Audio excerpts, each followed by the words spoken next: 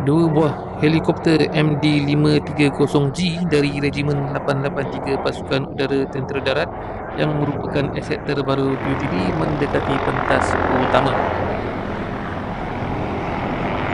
Helikopter EC-725 Karakal Tentera Udara Diraja Malaysia pula mempersembahkan proses menurunkan anggota tentera dengan kaedah fast roping.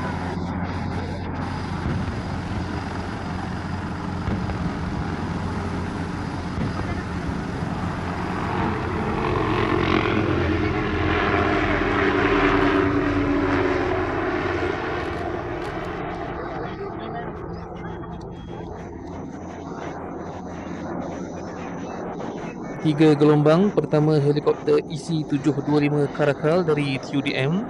Kedua, helikopter AW139 dan terakhir sekali helikopter AW109 dari Pasukan Udara Tentera Darat.